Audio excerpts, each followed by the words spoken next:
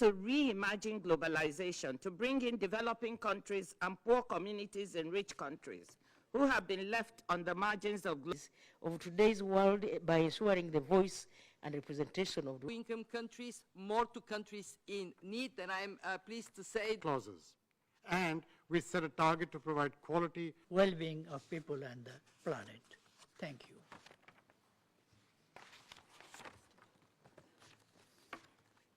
Before I open the floor, I would like to, in limited time available, this will be strictly implemented, allotted speaking time, some sense-setting remarks before we proceed to the list of speakers for this dialogue.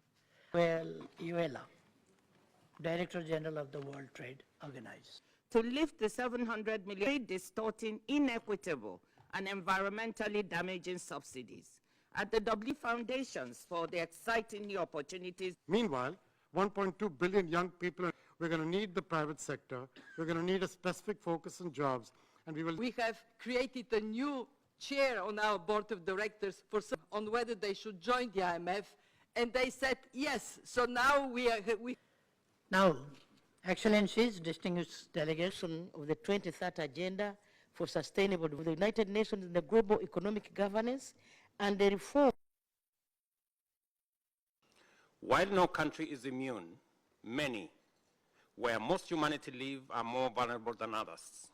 The gravity of the situation has been highlighted by the 2024 Interagency Task Force on Financing Development, which has sounded the alarm bell on a looming sustainable development crisis, driven by financing challenges that jeopardize both the SDGs and climate action. In the circumstances, the upcoming 4th International Conference on Financing for Development may be our last opportunity to make the radical changes needed to realize and realign our development priorities to meet the SDGs by 2030.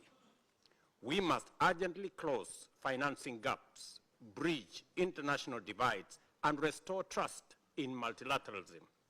However, the current multilateral system is clearly struggling to address these immense, complex, and dynamic challenges effectively. As a member of the SDG Stimulus Leaders Group, which coordinates the mobilization of financial resources needed to accelerate global progress towards 2030 agenda. And as we do our best to achieve this goal, we also must recognize that the prevailing multilateral institutional architecture is dysfunctional, or at least highly ineffective, and cannot be relied upon to provide the solutions for the world that we all urgently need. This is why countries are increasingly turning to innovative, homegrown approaches to solve their most pressing problems. To achieve the SDGs, we must address the structural and financial issues hampering multilateral institutions, particularly their negative impact on developing countries. These challenges include limited fiscal ability, rising debt, unfair credit rating frameworks, and an uneven interest rate regime. In the face of deteriorating global economic conditions worsened by relentless climate crisis, these weaknesses limit the opportunities, especially in low-income countries. Today, 1 in 3 developing countries is at risk of defaulting on their debt obligations.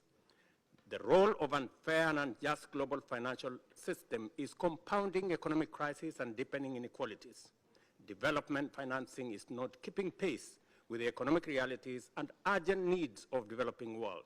Consequently, the gap between developing world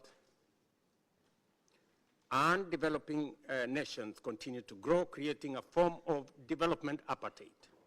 The Addis Ababa Action Agenda designed to address these challenges has lost momentum, with only 15% SDGs on track.